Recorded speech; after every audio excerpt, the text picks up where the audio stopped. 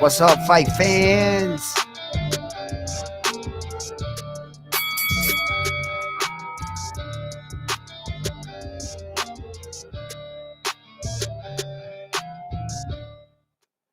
What's up, fight fans? And we are back at it with another edition here of Round One Sports Talk. Where's every fight start at round one? So let me get set up here, and I will have us up in a minute. And let me know as you're joining the live stream that you hear me loud and clear.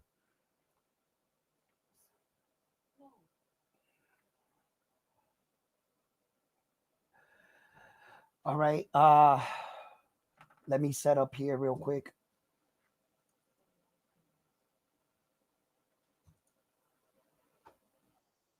What's wrong?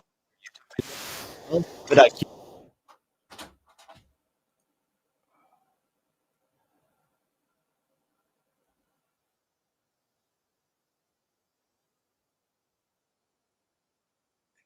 You guys hear me? All right. All right, good, good. Salute, Jonathan. What's up, bro? How you doing? So let's get this episode started here at Round One Sports Talk. I am your host, Edwin. So, we have a lot to talk about. There's a lot of interesting moves going around in boxing, and there's a lot of debate still going about, some of these fighters, like Jerron Boots Ennis, and where does he stand? Terrence Crawford vacating all belts. Naoya Inoue has a fight coming up, and we got a lot to talk about. And I want to know what's on your mind. I want to know what you guys want to talk about, what fights. What's up, guys? How you guys doing? Road Rage in the building, Carlos in the building, Bam Bam, salute. How you doing, Bam Bam? Let me hit my man, Bam Bam. Did you hear that right there? Let me know that you heard that, Bam Bam. Hey, yo. So we have a lot to talk about. So, um, in the 140 pound, what's up? In the 140 pound weight division right now, you got newly elevated champion from the WBO. You got Brian Norman Jr., right? Now, Brian Norman Jr. was just on social media going back and forth about a potential fight with Jaleel Hackett. Now, look, once upon a time, the 147-pound weight division was rich with superstars. And now it seems like Jerron Boots Ennis is kind of like left and like, he's going to have to make his own opportunities. And these are the things I was talking about. Terrence Crawford had to do all these things to become the man that he is today in the sport of boxing. It's Jerron Boots Ennis' turn to start putting in some work. And he's going to have to try to like clear out this division, at least clear out the 147 to prove that, Jerron Boots Ennis, you are that guy. A lot of spectators or, people that are watching the sport, they're just talking like Jerron Boots Ennis automatically deserves the right to fight a man such as Terrence Crawford. And I disagree. I think he needs to earn his way. Just because we see the potential in a fighter, that doesn't merit you one of the biggest fights in boxing. He's going to have to put in some work. And the way that he got his belt was because the very man they want him to fight, Terrence Crawford, was stripped of it. He didn't beat him for the belt. So he goes in against Anaminian and he pulls off, the ceremony. He beats a guy in the ring. So that's a done deal. So he's an official champion in my book, right? And in the world, right? That makes it official once you beat somebody in the ring. But there are other people there in his division. Mario Barrios is a champion there.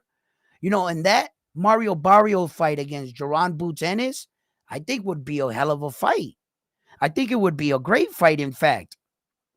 Stanley Onis, he got recently, I think he's fully upgraded to the WBA, right? I believe that's official now, right? So what do you got? You got Stanionis, WBA. You got Brian Norman Jr., WBO. You got Jerron Boots Ennis, the IBF. And you have Mario Barrio, which is the WBC, right? So there's no definitive king at the 147, and then you got rumors right now that Devin Haney's on his way to 147, which will really bring a little bit more excitement to the division. And by that time, Ryan Garcia might be coming back where? To 147. So that's with a little bit of time and a little bit of patience, the 147 division can turn out once again real exciting. It can be real exciting, real fast. Okay? But we would like to see some of these guys fight each other. Mario Barrio, I think he's tough. He's a tough kid. I mean, he fought Ugas. Ugas is getting up there in age too as well. So some of these guys that are in the division, and then you have Danny. He's going all the way up to 160 to fight, Lenar, right? Look, at one point in time, man, I can think back when the 147-pound weight division was that weight division, man. It wasn't even that too long ago. That shit was on fire. And now Boots is really looking for that dancing partner, that one fight that will really solidify him, and people will start taking him more serious about a potential fight with Terrence Crawford. But he's going to have to he has some work in front of him. It's nice to get on and talk shit and try to spread your name, right? But at some point, you got to have some accolades. You got to bring something to the table. You can't just bring one belt that I basically handed down to you. That's what you're bringing to the table? A belt that they took away from me and gave it to you. I don't see Terrence Crawford ever going down to 147. Once a fighter goes up, it's very rare that they go down. It happens though. It does happen. Donito Donaire went up, tried to be great, lost, went back down. Canelo Alvarez went up, came back down. There has been fighters that went up, came back down, and still became a world champion. So, but it's rare. It's rare. It's rare when a fighter goes up and comes back down. And especially in Terrence Crawford's situation, where he's getting a big older and he can no longer make the weight. I don't think he can make the weight if he wanted to. So, I don't know. Money will motivate a motherfucker, won't it? Hell yeah. I'd be like, what'd you say? 30 million? You know what I'm saying? For real talk, So, what's up, Carlos? TO2 at 147. That's right, Bam Bam. And Tio will be entering the 147 as well. Yeah, man. So it's like all them young bucks that started off at like the 130, the 135s, 140. They're all moving upwards, and it'll be a matter of time before they meet each other. The only person that won't be in that dance is going to be Tank Davis. Tank Davis is not big enough to travel that far up 147. Nah. For as much as people would like to see that, he just needs to stay in his lane. And Tank Davis needs to dominate his division, at least one division. For as talented of a fighter as Tank Davis, he needs to stop worrying about everybody else and what they're doing. And he needs to focus on himself and his legacy and what he's going to leave behind when they say the name Tank Davis. When you mention the name Tank Davis, what did you do? That's what Tank Davis needs to focus on. He needs to focus on himself. You see? And he's going to be just fine. He might have a potential mega super fight. Tank Davis, we never know. We never know. Money can move mountains. And if Naoya Inoue gets in a position in his career where he feels like he did everything he needed to accomplish, right? Now it's time to take those mega risky fights, those lottery fights based on money and who's the best. The best motivation, more money, more money, more money. So we never know if Naoya Inoue gets in a situation in a few years in his life and he says, I did everything I wanted to do. I accomplished everything I want to accomplish. Now I want to test myself and push myself to boundaries, but I want to be paid for it. And let's fight those kind of fights, the Tank Davis fights. We never know. They fight at a catch weight. Once Naoya Inoue feels like he completed everything, he might do it. He might do it. So, only time will tell, right? Okay.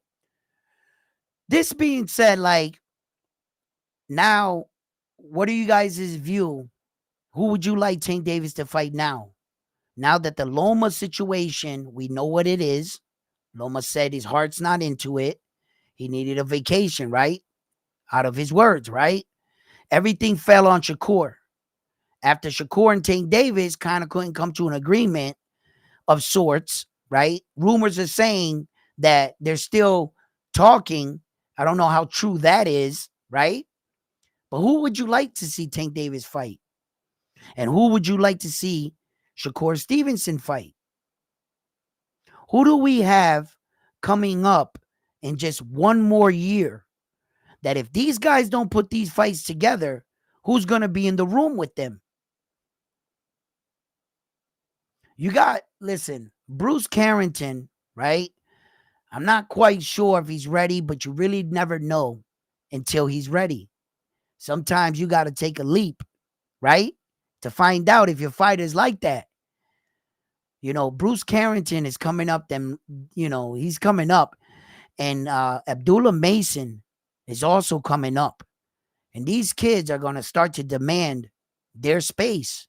The room's going to get crowded. They need some elbow room. They're going to start fighting each other.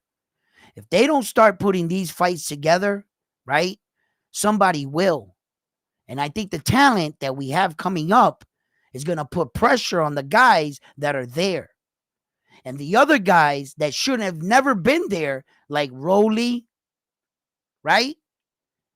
People need to start coming up and showing that boxing is better than that. That boxing is better than a mouthpiece or a gold chain. Boxing takes real skill. Some of these young men right now ain't playing around. And if these guys don't put these fights together, don't worry about it. 1 year, I told you guys, at the beginning of 2023, 2024 was going to be explosive. But 2025, that's going to be one of the best years in all of boxing. I guarantee it. The Saudi prince coming in, making all this opportunity for all these boxers. And if you start to view the landscape of boxing, you can kind of see where the pieces are going to fall. I mean, there's always going to be those hiccups where the fighter that you thought was going to be there loses and a different name is there. Time will tell. And we'll soon see who the toughest SOB really is. Because one thing about boxing, it's going to call your bluff. If you're not that dude, wait, you're going to run into him. You can only skate by for so long. Unless you're well protected. We know how that go. Saul. Right? But even Saul Canelo Alvarez, the curtain's being pulled. Didn't they strip him of a belt, the IBF? Aren't they showing that, you got to, fight? Ironically enough, I went on today and I saw the Oscar De La Hoya interview with Shannon Sharp, right? And I saw the entire interview. And when I hear Oscar talking about himself, I start to remember what he did in boxing. Sometimes, with all these new boxers, and I cover a lot of the new guys, I'll forget a little bit, just a little bit sometimes, but I'll quickly remind it about what some of our legends do. because in this sport we carry our legends in high regards. At least I do, because I know those are the men and women that gave the opportunity for these men in this era to do exactly what they're doing. You see? So I was listening to Oscar, and one of his stats. It's in fact the first man to ever win a world title in 6 weight divisions, and he won a gold medal in the Olympics. Like everything in a boxer's career that a boxer can dream of, Oscar De La Hoya did in real life. And he's got like one of the best, successful boxing promotions companies right now. In fact, Oscar De La Hoya is the only boxing promoter, out of the big ones that ever laced them up. He's the only boxer. Ed Hearn never boxed. Bob Arum never boxed. Don King never boxed. None of these dudes ever boxed, except Floyd. But Floyd, I don't know what's up with his promotional company. I don't even know if he has one anymore. Who do you call to Floyd Mayweather promotional company? Give me a phone number. I dare you. No one in the world has that phone number. That unless you got Floyd Mayweather's personal phone number, that's the only way you're gonna get a hold of him. There's no secretary. There's no nothing. Just Floyd just doing Floyd shit because he can. He could pretend to be a promoter off of Al Heyman and them, type shit. But Floyd's I hear he's like getting a assistance now with Richard and stuff.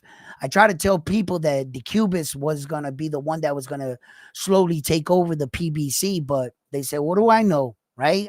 And look what's happening. I told you that like 5 months ago. Yeah, I knew it. I was like, because one thing about Ed Hearn, right, and like Bob Arum and Leonard Ellaby, um, uh, the PBC, they're like a mystery. They're like a ghost and shit, right? You never see that dude ever. He doesn't do interviews. He doesn't do like podcasts. He doesn't do anything. One person screwed that dude over in an interview one time, and he vowed never to do another interview ever, ever. He's like a ghost. Most people in boxing have never seen him. Never. They don't even know what he looks like. They got to Google that shit. They're like, you know what I mean? And they're like, who the fuck runs the PBC? A lot of people don't know, you know what I mean? What he looks like. Yeah. But, you know, um, as far as some of these fights right here, and Oscar's right, you know, when he was in an era where he fought the best of the best. Oscar was right about that. Like, you could say what you want about Oscar. He had a lot of antics, pantyhose, drugs, rehab, all that shit, right? But my man was true to the game. He was a true warrior, man. He went in there. He even fought Bernal at 48, like some ridiculous shit. And, Oscar, like, he accomplished a lot in boxing, man. And, he was right in his era, bro. Oscar fought you. The one thing you can't say about him is he didn't fight the best. He did. If you said Papa, Oscar was on that. Whether win, lose, or draw, he took the fight. And it's not like the Saul Canelo Alvarez's and the fucking Virgil Ortiz's of the world. And Oscar is looking at that, and he's like, man, when I was you guys's, I was hopping in the ring for the big fights. I was making it happen. And then Oscar gets a lot of shit behind the scenes about promoting because they're like, yo, Oscar, you're ducking and this and that. And Oscar's like behind his boxer going, like, you be seeing Oscar, he'll put him out there. He'll be like, yo, what's up, Virgil? Take the fight. Like, and he'll say it. He'll get on his things, clap back Thursday, whatever. He ain't got no hair on his tongue. He's like, I don't understand this era. His own fighters. He'll be like, nah, but Oscar will put him out there. But, business aside, Oscar did do a lot for the sport, and I was quickly reminded of the accomplishments that he did achieve when I was watching that video. I was like, oh yeah, yeah, he did do that. He did do this. And I was like, yeah, man, fucking Oscar, right? He did it, Carlos. He did fight real good fighters. Oscar was um listen, he was Canelo back in the days, but like Oscar says right now, right? Oscar says, they say, like, how big is Saul Canelo Alvarez? And Oscar says, my man walks around 190, 200 pounds. Like Oscar's walk around weight, he's anywhere between 190 and 200 pounds. Oscar De La Hoya said. And he fights at 168. So that's how much weight he cuts. That's what these fighters put themselves through. So when people are saying that Terrence Crawford should move up to fight Saul Canelo Alvarez from 154 now, right? And he only had one fight at 154. I don't think he's totally acclimated to that division. Guys, don't be fooled. Saul Canelo Alvarez can fight. Saul Canelo Alvarez got good defense. He's real stingy. To hit him, let's just remember Saul Canelo Alvarez has never been dropped. Ever. No, in no fight. He's got an iron chin. And if Terrence Crawford had to be that alert against Israel, how alert you think he's going to be against Saul Canelo Alvarez? Yeah, you can get to Alvarez a little bit easier than Ismail. Yes, I agree to that. Ismail had better footwork. Yeah. Saul has basic footwork, but smart feet, if you can understand that. He has basic footwork, but smart feet. You know, he's not doing, it doesn't look like he's doing a lot, but with subtle movements and good placements, he quickly shifts into the right position. It doesn't look flashy, but his feet are smart. Canelo's, yes, they are. So, you know, Terrence Crawford, you know, he has the ability to switch it up right or left and, you know, so forth. I get it. I get it. But as of late, he's been fighting more lefty. You know, and I think his speed is still there. Terrence, his speed. Saul has been like deceptively speed. He has what I call boxing speed, right? Saul is somewhat fast, but on the inside, he seems even faster. Like the punch is more natural to him in close for Saul and harder. He's more confident about his shot, I guess, and he can just shoot it off like a rocket. But on the outside, his jab game and working inside, Saul is not the best fighter like that. That's not his game. That's not Saul's game. Saul's game is more of a counter puncher, body puncher, and you know, pressure, overwhelm you with hard punches. That's his game. Where that you have Terrence Crawford is a boxer puncher. He's a little of everything. Terrence could be anything you want on any given night. You show him a different style, and then I'll tell you what he's gonna do. That's an elite fighter. You can't really put Terrence Crawford in a regular boxer's category because, truth be told, he could do he could switch it up whatever way he wants. That's what separates Terrence Crawford from everybody else. That's where the word elite comes into play. So, whatever style Saul wants to shell up in, whichever version of Saul Canelo Alvarez, because there's like 2 or 3 versions of himself. You know, sometimes he doesn't shell up. Sometimes he goes forward when he sees that. Sometimes he'll play more defensively and be more defensively stingy. I've seen Saul Canelo Alvarez do that. There's different versions of him, but you know, same guy. Terrence could be anything. He could do anything. He could switch whatever style you want. He could fight with you on the inside, on the outside, mid-range. You call it, whatever you want. That's why he's who he is. So, look, a lot of people are talking about this fight and whether or not Terrence Crawford, Saul Canelo Alvarez fight would ever materialize, and should it materialize. I believe if you just pay attention a little bit, Saul already gave you his answer. Has any of you seen that little interview he had where Saul Canelo Alvarez said, I think Terrence Crawford's a good fighter, but I wouldn't want to fight. I don't want to fight him because he's just going to run. He's not going to stand there. He basically told you he's not going to fight him. He said, just like Floyd, Terrence Crawford, I don't like fighting those kind of fighters, he said. They move too much. They give him too much problems. He only wants the fighter that's flat-footed, that stands in front of him, that wants to exchange. Because Saul wants the kind of fight that is going to be a knockdown, bang-out fight, right? Because all the factors are on his side. He got an iron chin. He's going to take those punches. Let's see if you could take mine. That's what he wants. You're feeding right into his hand. So that's he looks for a more non-evade, a guy that doesn't move so much so that he's easier to find in the ring.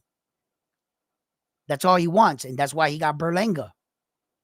When have you ever seen Berlanga move around?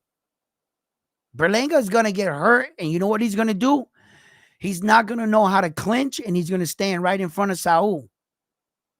Saul's going to put him away, I think. The odds of Berlanga coming out and beating Saul Canelo Alvarez right now, look, a lot of fight fans tell me, yo, Ed. I'm like, yeah, what up? They're like, ain't you Puerto Rican? Ain't Berlanga Puerto Rican? I'm like, yeah. Why? What's up? They're like, shouldn't you be going for the Spanish dude? Right? And I'm like, yeah, I'm Puerto Rican. Doesn't mean I'm stupid. Why do I gotta be a stupid Puerto Rican? Like, and bet with my heart or support with my heart? When you as a fighter, you haven't proven anything. Absolutely nothing. And you've been letting your fans down of late. I got to look past all of that because of our race? No. When I look at fighters, it's because of, and I pick them, it's because of hard work and dedication and skill, not favoritism. I don't got to be stupid. I'll support him. Yeah, I'll support him. I'll rock with Berlanga. You got my vote, right? My support. Now earn it. Right? But I'm still on the side that Saul's gonna win. I'm supporting you, Berlanga, but I still think Saul's gonna win. Prove me wrong. Prove the world wrong. It's not what I say. It's not what anybody else says, Berlanga. It's what you do. Isn't that what counts? So if you happen to watch this video, do you. Prove us all wrong. Show us what time it is. Step up. What's up, Carlos? What's up, guys? Berlanga is on a time clock. 800. You know I'm a huge fighter when boxing has underdogs and as the world they don't.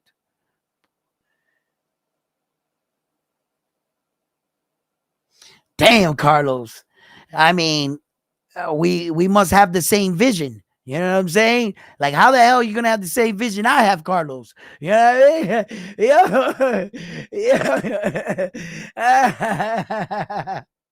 Yo, yo, what round is he gonna get knocked out in? Huh?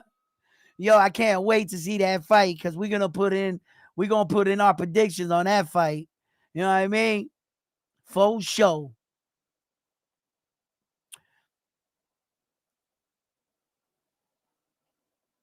He needs to attack. Look, Bam, you might have a good point here because, you know, you're not going to want to sit there and exchange with an elite fighter, boxer, puncher boxer, such as Saul Canelo Alvarez. He's not going to want to just sit on the outside and wait for him. He can't sit there and watch Saul Canelo Alvarez. Like you said, he's got to attack him. You got to kind of like not let Saul settle in and think about what he's doing. It might hurt executing that kind of plan. You might take some damage trying to do as such, right? But I think that's might be one of his best shots. Go in there and bulldozer him. You know, he's a big boy. And he could crack. Let's just keep it. Berlanga can crack. He just got to land it. You know what I mean? Bulldozer your way through. You know, I think that might be one of his best options. What do you guys think? I can't wait till Naoya fights. Listen, brother, neither can I. I can't wait to see that man back in the ring, back in action. You know what I'm saying? For real. Like, he's a very special talent, Naoya Inoue. And thank you to TJ Doheny for stepping up and really I'm saving that September date, because that September date for Naoya Inoue was in jeopardy because when his schedule opened up, nobody picked up the phone. And Stephen Kubo Fulton, I believe this is his third fight card that he's been rumored to be on. His third fight card. He was supposed to be on the Jerron Boots Ennis fight card. He was supposed to be on, you guys remember, they announced this Stephen Kubo. He was even training with Jerron Boots Ennis at some time. And now look, he's supposed to be on the Saul Canelo Alvarez fight card, which in fact proves that he could have been ready for Naoya Inoue in the September date. Where was Stephen Kubo Fulton? Where was MJ? Where was Casamara? Where was all these guys? Where was Sam Goodman? I'll tell you where Sam Goodman was. He was out fighting a tune-up fight that had, listen, it made no sense to take that tune-up fight. It's not like that guy with slightly remnants of Naoya Inoue. Like, you would have took that fight to a guy that kind of favors him to beat on him to be like, a stepping stone. Instead, he comes out of the fight and announces, I broke one hand. 2 days later, I fractured the other. Like, what the hell was he doing? No one wants to fight this guy. Don't be fooled. Don't be fooled. No one wants to fight Naoya Inoue. They're calling him a hype job. They're saying he's not the real deal. They're trying to take away all his accolades. But the proof is in the pudding with him. Okay? Name me one other fighter that's done what he's done in the bantamweight division. I'll wait. If what he's doing, why can't Junto Nakatoni do it? Why can't any of the other Japanese fighters do it? As a matter of fact, why can't the Americans fighters, Stephen Kubo Fulton, and fighters like him, like the Russells, like Emmanuel Rodriguez. There's a lot of American bantamweight fighters. Why can't they do it? Why hasn't anyone in the bantamweight history has ever done what Naoya Inoue's done? It's because he's the truth. He's the real deal. And yet, you know what they want to say? No, he's little. He's a hype job. He's fighting in an easy weight division just to quickly write off his success and his body of work. But soon, I guarantee you this, No matter what weight division you fight in boxing, the Hall of Fame will always acknowledge your body of work. And no matter what any of you guys have to say for an opinion, opinions are like assholes. Everyone has an opinion. And opinions aside, his body of work, his record, when it's all said and done, it's going to be truly amazing. It's going to be hard to deny him where that in his part of the Hall of Fame, his record and his credentials are going to be way more superior than any other fighter in the fucking room. And you're going to sit there and you're going to look and say, yeah, everybody likes him because he has a big name. Everybody knows him because he was really famous. But wait a minute. This guy was better than all of them. That's what's going to happen. Mark my words. You could deny him all you want. You could say he's a hype job. You could go along with what all these people are putting out, and keep it in mind that the majority of these top YouTube channels are paid by certain boxing promoters, sanctioning bodies, you name it. Most of these people have connections to destroy Naoya Inoue's name and body of work and sell it to you like he's really not that guy. But here at Round One Sports Talk, nah, baby. We ain't got no favoritism and we ain't paid by nobody. And I don't read into no prompt monitor. I can speak freely and I can tell the truth. And I choose to cover the best in the sport of boxing and to give the fighters that are truly doing it the best. And I believe in the sport of boxing, there's not just one guy. They can't be. You know why they can't just be one king in boxing? Because you have all these weight divisions. And it would be unfair to put them against each other. It would be unfair to put Terence Crawford against Alexander Usyk, the heavyweight champion of the world, when he has the most prestigious belt out of them all. That's not right. Terence Crawford soon will be the king of 154. He's got one belt in an interim with his name. Arguably, he might be the king already in some people's eyes. Like, for instance, Gervonta Davis's weight division, there's no definitive king. He might be the biggest star, but in order to be called king, you have to have more than the other guy. I was under that impression, right? You got to at least have more than what I have. Meaning, if we all got one belt, then we're equal. The only thing that separates us is star status. But technically, we all got one belt. Now, if I had two belts and there was only two, then I'm the king of the division because I got the most of the hardware. Type 1 if you understand. Can I get a 1? Right? Am I telling the truth here? So, in every weight division, if there's 4 champions under my eyes, no, there's no definitive king. There has to be a guy that has more to be called king. That's why at the 140 weight division, you can all call T.O. the king of it, or he might be the best accomplished 140 pounder, but he's not the king. You got to have more than one other guy. If we all got one belt, then that's just about popularity. So, yeah.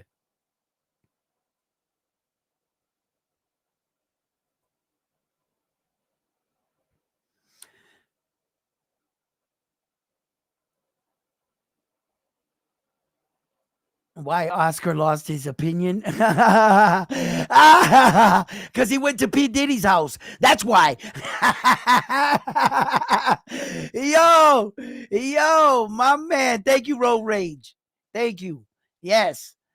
You know what I mean? Like, it's just the truth. As that's how I view it. Everybody wants to call themselves the king. But in this sport, this is the hurt business. You got to prove it. See, in Naoya Inoue, there's only one king in his division. That's what I mean. He's a greedy king. He has all 4 belts. He don't like no one being called king in his division now. It seems like he started this new trend with Terrence. Terrence upped the bar. Hey, yo, shout out to Terrence Crawford for doing that, because it made it feasible to other people. No one ever thought of doing that shit until Terrence Crawford did it. And once Terrence Crawford did it, it was like everybody else was like, man, let me do it. It's kind of like Conor McGregor, right? He was the first to be a 2-time champion in the UFC. Until he did it, no one ever thought of doing it. They were just okay with the 1 belt. They thought that was the plateau. When Conor came and changed the game, he was like, fuck that, I want more. And fighters like Terrence did that for Naoya Inoue, Usyk. You know, it made the other ambitions to be like, oh shit, let me try to do that. So shout out to Terrence Crawford for doing that.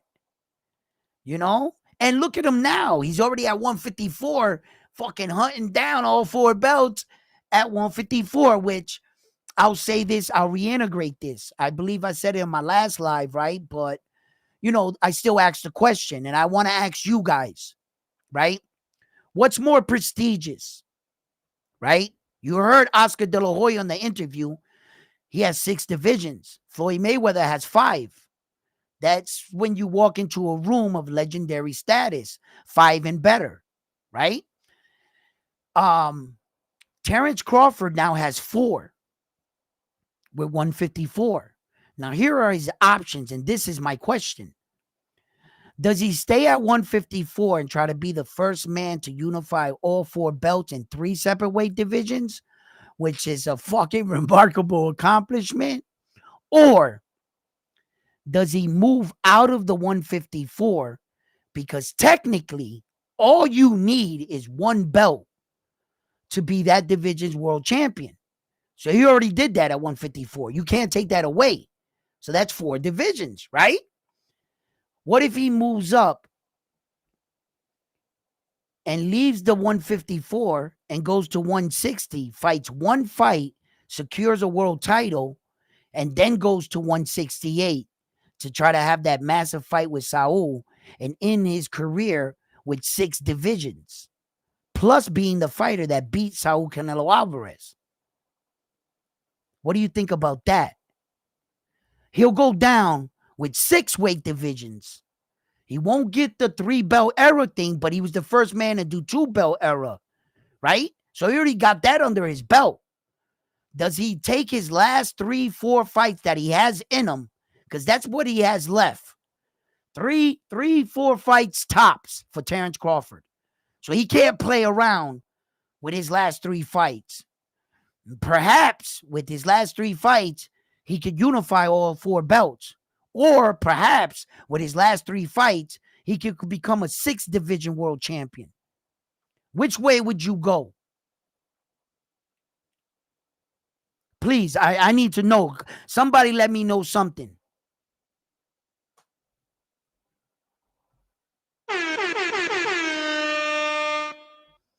He should stay at 154, another fight. So Armando, if he stays at 154 for another fight, right? What does that do for him? Staying at 154. If it's not for a title fight, if it's for a title fight, then he's another step closer to getting the 4 belts. But you see, you got to pay attention to these fights, because these fights are crucial. If you stay at 154 and you take another fight for a belt, you might as well chase down the 4 belts. You don't win another belt at 154 for what? You're only going to get counted for 1 division. It's not like they said you won 154-pound weight division twice. No, you're only going to get counted once. So you only need 1 belt. He already did that. Fighting and getting another belt then moving up to 160 to try to get another weight division. That belt that he fought at 154 for that title was a wasted fight then. The only thing it does for you is say that you unified at 154. Okay, great for you. But that's one wasted fight. You might as well just stay at 154 if you fight again there and chase down the 4 belts. Don't move up to 160. Go after the 4 belts. You only got 2 more fights in you after that. How old do you think Terence Crawford is going to be? He's 36, going to be 37, right? Before you schedule his next fight, he'll be 38. That's one fight. The next time he fights, what he's going to be, 40 years old? That's his second fight. I'm giving him 40, 41 because he's a phenomenal athlete. That's 3 fights right there at 41 years old. How much more fights you think he's going to fight at 41? I'm telling you, do the math. Which way would you go when you only got 3 fights left? Tops. Which way are you going to go? Not unless he did some phenomenal shit and fought twice a year or 3 times a year. I'm taking it under the assumption that he's only been fighting once a year for the past 6 years. For the last 6 years, Terence Crawford has fought 1 time every year.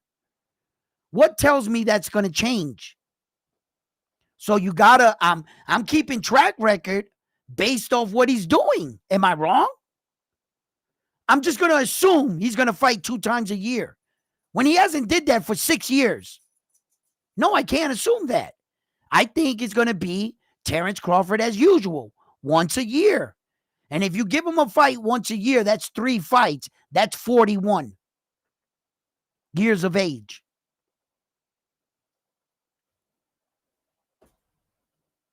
So that's my question. Which way does he go? Does he go for the divisions or does he go for the belts? Which way would you want him to go? You understand? You see what I'm thinking? How I'm looking at it? You know what I mean?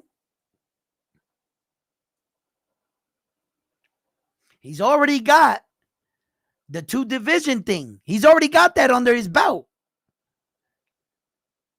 The first man to do it.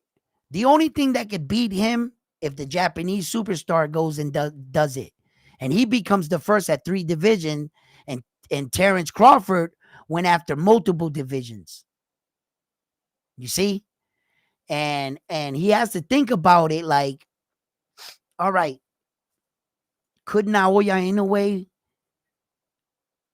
get 6 divisions? Maybe not. But could Terence Crawford get 6 divisions?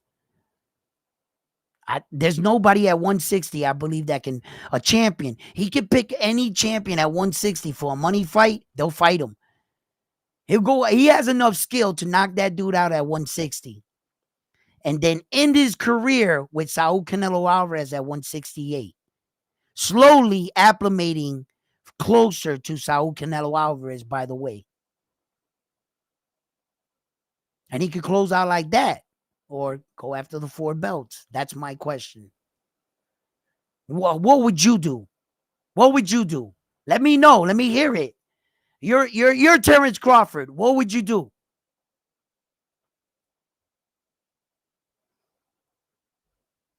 $160 Crawford, I don't know. Listen, here's my experience when it comes to elite fighters such as Terence Crawford.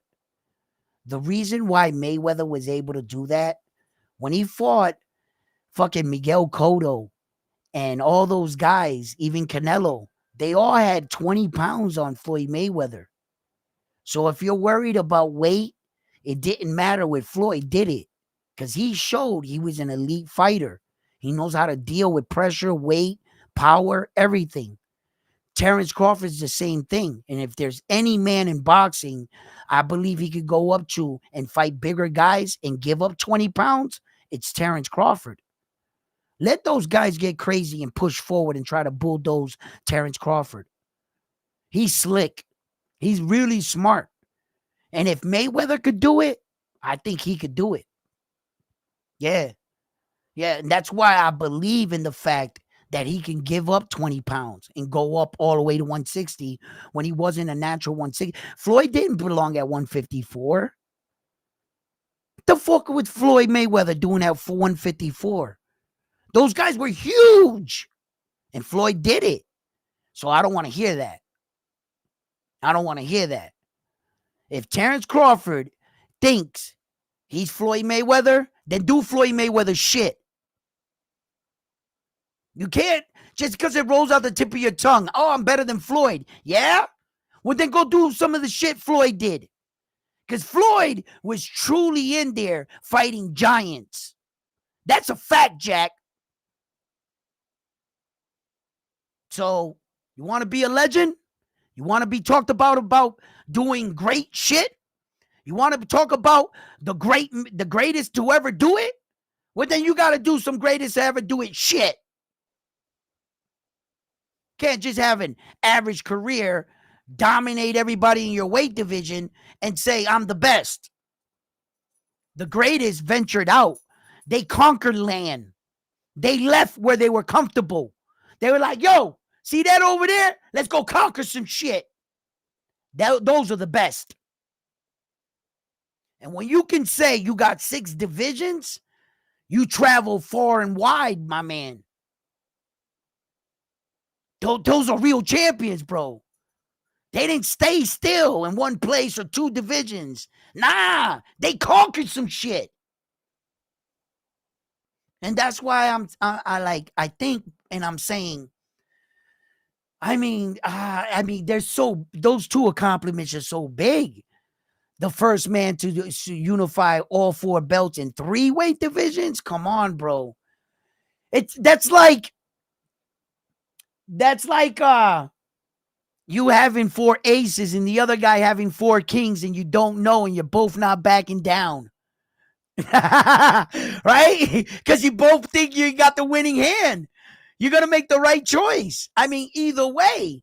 But just don't play around with it. If you're going, don't, like, Terrence Crawford can't allow the powers to be to take his eye away from the prize. Once he decides which avenue he wants to take, see that through. Don't start something, win another belt at 154, then Saul Canelo Alvarez says, hey, I'll take the fight. No, at that point, fuck you. Don't take the Saul fight then. Stay the course and get the 4 belts. If you ever had intentions of fighting Saul, abandon the idea to get all 4 belts and go that way. 2 more weight divisions that way. And as you're going through those weight divisions, don't forget to pick up the titles. That's all. Get credit for your work. If you're going to go that way, pick up a belt. It only makes sense. And with your name, title fight, it's basically mandatory. So that's my vision. You see, I do the math, and I'm a realist. I'm real with myself. Terrence Crawford is not Superman. And as we all know, Father Time is undefeated. Father Time is undefeated. He comes for us all. All right? I remember that day I finally figured out I lost a step. Yo, that fucked with me. What the hell? What the hell is that? Yo, I was in denial like a mother, right? The next day I got outside, I started, nah, hell no, right? I went down there, I hit the bag, it was a little slow. I was like, what the hell? Yo, you gotta work, you gotta try to work that step back. You gotta go get that back. I try to buy mine back. I like, let me buy that step. They wouldn't take my money. They was like, only hard work, baby. That's the only way you're gonna get it. I was like, damn, ain't no easy way out, huh? like the Rocky music. Ain't no easy way out. Right? It's hard work, baby. So Father Time is undefeated. Terrence, that's where I see him. You know, Naoya Inoue, one day he'll be in that situation himself. Naoya Inoue right now, the whole world, I believe anyway, anybody that knows about him and that loves boxing and any casual, I invite you to find out more about him. But the Japanese superstar, a lot of us fans are anticipating when he jump up to 126. And we can sit here and say that, when does Naoya Inoue jump up to 126? Let's just remember what kind of job he chose for a profession. There are a bunch of killers waiting for him at his first day of work. That's his kind of work, and since he's a killer himself, he's right at home. And now, anyway, he's walking around like the biggest killer out of them all. Like, what's good? I'm in the building. And these guys are like, we've been waiting for you. We've been waiting. Let's go. Where have you been? They're like, you know what I mean? That's fucking crazy when the people are opening the door and they're like, come on in. And they want to fuck you up. That's his job. That's Naoya Inoue's job. You see what I'm saying? And he goes to work every day. And he hasn't missed a day. Yo, he hasn't taken a day off. They're like, yo, Naoya Inoue, take a day off. Nope, I'll fight the champion. Yo, he's crazy. He's fucking crazy. You know what I mean? So, Naoya Inoue has the potential of also being a man to unify all 4 belts in 3 separate weight divisions. But Terrence Crawford could separate himself from Naoya by being a 6th division world champion. And I believe that'll be a bit harder for the Japanese superstar in that regards. I think he has a better shot of unifying all 4 belts in 3 separate weight divisions than making that 6th jump. I think Naoya Inoue is pretty much maxed out for his skeleton, for his size, his demeanor as a man. Like, he's not that big. You can't force. I mean, Saul Canelo Alvarez is not that big of a man, but his body, his mass, his size, he packs on weight. He's like a Isa Pitbull Cruz and those Tank Davis kind of guys. That their mass is a lot thicker. They're a lot more muscle. They can pack on the weight. Naoya Inoue, it's hard for him to pack on 3 or 4 pounds. I bet you he eats, and the weight doesn't pack on. He's one of those kind of guys. So seeing him going up all the way up to 135, it's another case where I believe his skills can do it. If Floyd can do it, then fucking Naoya Inoue should be able to do it. Where that he can give up 20 pounds to a guy and still figure out a way to beat him. Then you're showing you're definitely one of those elite kind of fighters. It's good to fight everybody on your own playing field, but like I said, that's what separated the best of the best and the elite from just your everyday good, great fighters. That these guys went under with all the odds against them, and they came out victorious. Those are the greatest. So, where does Naoya Inoue fall among the greatest fighters when it's all said and done? Time will tell. Time should tell. And he has a big fight against TJ Doheny, and every time he gets in the ring now, I still get those little butterflies in my stomach, anticipation of the fight. I understand that at the type of man that Naoya Inoue made himself, he's always going to get the best of that fighter. The cat's out of the bag. You're never going to get a guy that's going to be slacking off. No, because now he's the lottery fight in that weight division. That's like if you got a phone call from Tank Davis or, that's how Isa Pitbull Cruz made himself. He was a decent fighter until he fought Tank Davis. But Tank Davis brought the best out of Isa Pitbull Cruz that night. Isa Pitbull Cruz was willing to die in that ring on that night. Both of them probably were. Right? But I bet Isa was more motivated than Tank. I guarantee you. And we're going to see the same very thing the day we get Tank Davis's best dancing partner that's going to bring the best out of him. And that's what I'm waiting for. Those are the kind of fights that I'm waiting for. And I'm curious to see who is it going to be. Is it going to have to be one of these young guys that are moving up?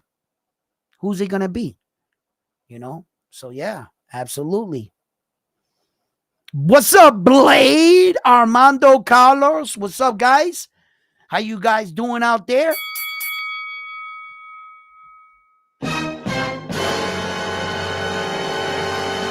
And we also got all the top stories here on Round One Sports Talk. You know, where if you're just tuning in with us, we've been talking about them all, breaking them all down, you know, kind of going over all the fights. Where do we see some of these fighters and the up and coming fighters? So, what'd you say, Blade? Let's see here. Hungry Sharks at 126, brother. Hungry Sharks. And they waiting for him. They waiting for Naoya. You know, because when a superstar like Naoya Inoue comes into your weight division, bro, that just woke up your weight division, didn't it? It got everybody fucking battling it out to see who's going to be the next man in line to get the super fight. You know? When Terrence Crawford moves into 154, that division fucking it brightened up, didn't it? Yes, it did. Jaron Boots Ennis getting the belt at 147 open curiosity. And what ifs? There's fighters that can bring that to a division. Naoya Inoue walks into 126. Shit got real interesting real fast. Which guy is going to get that fight first? They'll fucking strangle each other. And some of them will run. We're going to find out which ones, who really wants the smoke. And which ones are going to price themselves out or try to move up before the monster storm gets there. Not every fighter's on the same page as you and me. Anticipation of him moving there. Yeah, they're there. They're just waiting for him, right? The ones that are. And there's some guys that are going to avoid him. Absolutely. It always happens. It always happens, right, guys? So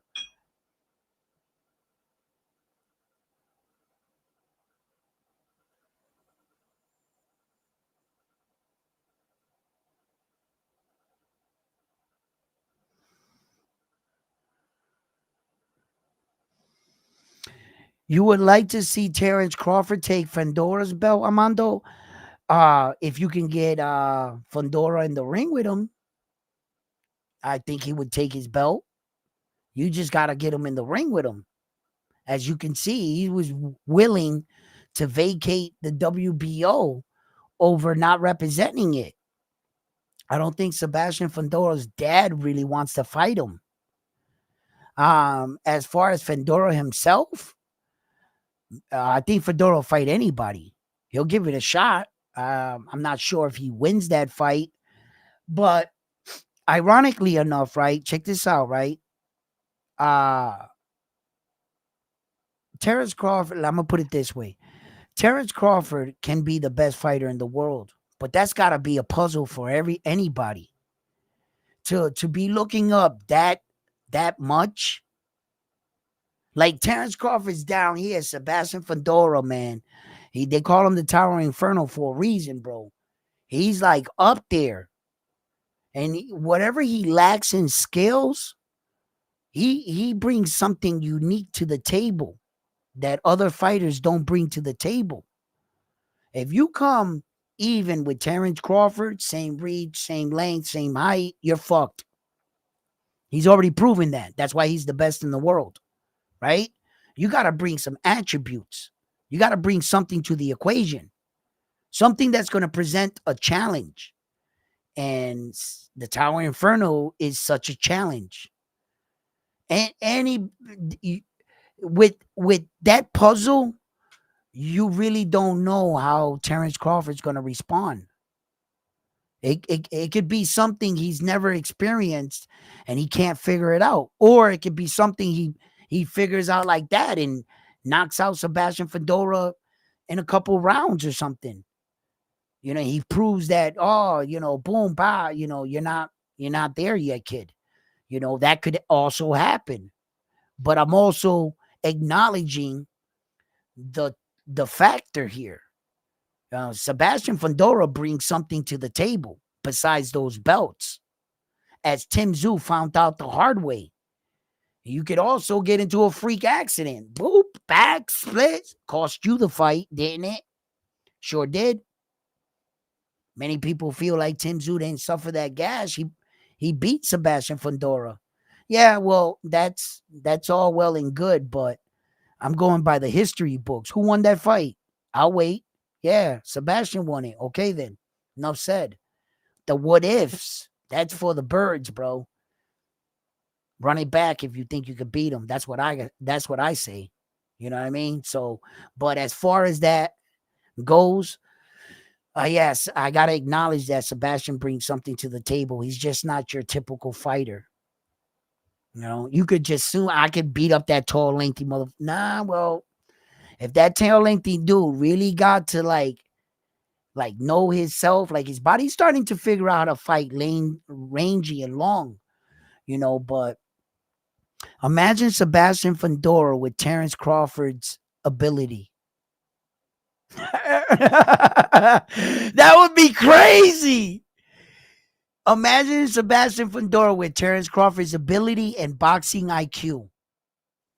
Give him that with that size and his ability to make the weight. He'd be a freak of nature. He's already a freak of nature of fighting like the way he is, but with that kind of skill and IQ, he'd be unstoppable.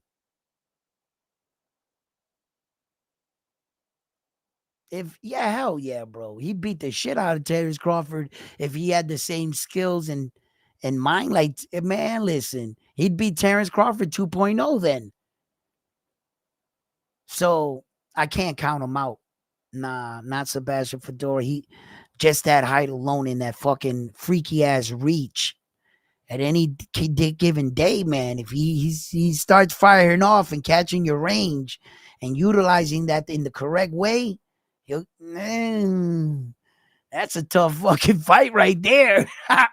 That's a tough fight. Hey, it is what it is. Hey, yo, people, what's up, guys? If I'm dropping an amazing show, man, can you guys take the time out and drop me a like? You know what I mean? That's where every fight starts, at round 1. Crawford will knock him out, Armando. I think he would. I think he would, but at least I'm gonna acknowledge the puzzle that is Fandora. He is a puzzle. I can only base him on reality. He doesn't have the best defense. He makes a lot of mistakes. He's a tough kid. I think he leaves his chin up a little bit too much for Terrence Crawford. But like I said, every time you see that fighter, you see a better version of that fighter. Case in point, Sebastian Fandora's sister. She fought the other night. Man, she looked even way better than the last time I saw her fight. She made a lot of improvements. A lot. Like her form was better. Her technique is looking better. Her pressure is getting, she always was kind of like that, lengthy stretch pressure kind of girl, right? But she looked way better. So the next time I see Sebastian Fandora and his newly acquired championship status, where that he's going to get better help and out of his dad's garage into a boxing gym, we just might see a better version of Sebastian Fandora, just like we saw with Espinoza at 126 pounds. When he won that belt against Roberto Ramirez, right? Some of us thought that was a fluke, that he was a one-shot trick pony. Bullshit. The next time he came out, he looked phenomenal. He looked better than he did in the Robeisy fight. Right? Am I right? Am I wrong? Am I saying anything wrong here? So for me to like sit here and be like, nah, Sebastian's going to stay the exact same fighter. He's going to make the same exact mistakes. He's gonna look as lengthy and awkward. Nah, I think he just might be getting better. So if he with every fight, if he gets that much better, it's gonna be tough to beat him at some point. But if he never really gets there, and no matter, God just blessed him with an understanding or this or that of the fight, then road rage, my man.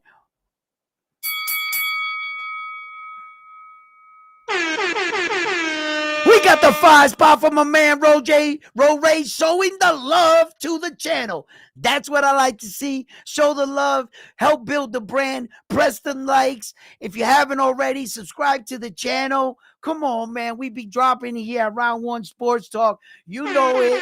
Hey, thank you for that donation. It means a lot to me, Road Rage, my man. So, Armando, Tim Tszyu would have beaten Fandora if, well, I, as a fantasy island conversation, I'm in agreement with you. The what if conversations. Those are the conversations that actually never took place, and we can assume. So if we're gonna play assume today, I'm with you. I think Tim Tszyu would have beat him without that cut. Yeah. What happened was Fandora won the fight. We all know that. But if I had to look at it, you eliminate that cut, I think that fight's much different. 100, I'm 100% with you on that one. That fight looks a lot different if he doesn't sustain that cut. I don't think he loses that fight against Fandora. Nah, I don't. But Tim Tszyu is Tim Tszyu, bro. Tim Tszyu was on a trajectory. He was going up. That would have been a good fight against fucking Ortiz. If that fight would have took place, Tim Tszyu would have showed the world and he would have beat Ortiz. I think Tim Tszyu will beat him. But that speaks to what kind of fighter Tim Tszyu is. He's like an old school fighter, right? He doesn't do a lot of wasted movement. Tim Tszyu. He's like, he waits for he's a patient fighter. He'll step to you. He knows how to cut off the ring pretty good, right? And he has that deceptive boxing speed I speak of on the inside. That's Tim Tszyu. So I think he's a crafty fighter, and he knows when to throw his punches. He knows exactly when to throw his punches. He's pretty smart. He hasn't been blessed with all the talent in the world, but he has a good understanding of boxing, higher than other people. In fact, Tim Tszyu. So if I think Tim Tszyu would beat Sebastian and beat the other guys, like Ortiz, right? Could he give Terrence Crawford a better fight than both those guys? Then is that what we're saying here? Are we saying that Tim Tszyu would give Terrence Crawford a better fight? Because if you're saying Terrence Crawford is going to beat Sebastian, I'm kind of in agreement with you that without that cut, that fight would have turned the other way. So what are we saying?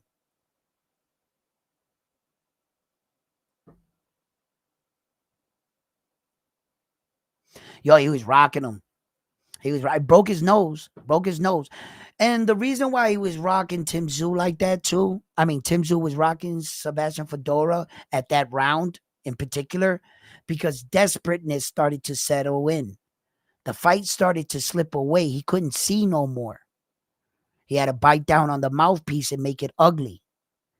So he had to actually change his fight style or his plan that he had for Sebastian Fandora. And that's what we witnessed. A man not be able to see, a little desperate, thinking they're going to stop the fight and take his belt, that he had to bite down on the mouthpiece and go forward. So that was something that really shouldn't have transpired in the fight, because now Tim Tszyu was put in a different boxing situation. But you remove that cut, I think Tim Tszyu beats him, outboxes him. Because at that point in Sebastian Fandora's career, he was still a little behind the curve. You know, um, he's getting better now. Now you guys are giving him world class training with all that fucking height and all that shit. Don't let him turn into a better. You guys better beat him now. You know, I don't know.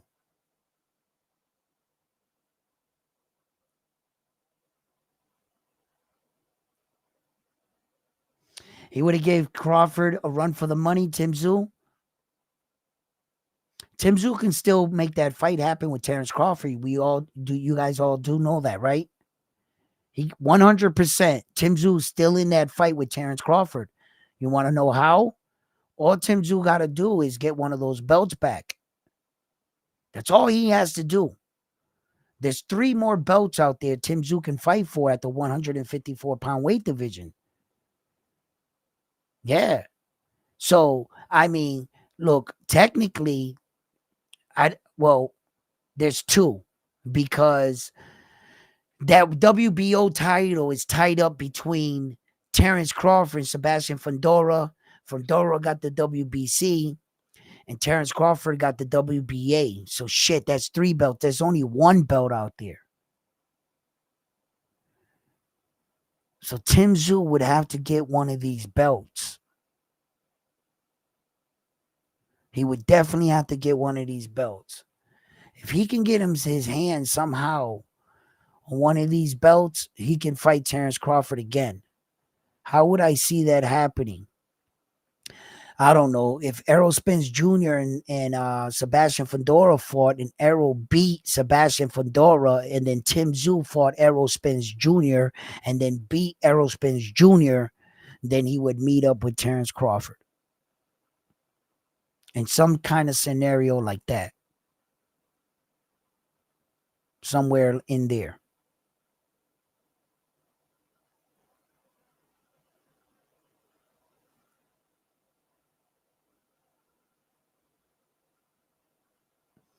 Yo, Frontline, you be bugging.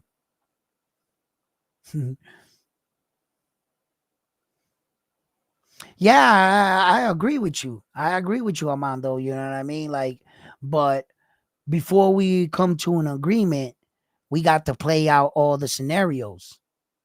I'm not just going to agree with you just to agree with you, right?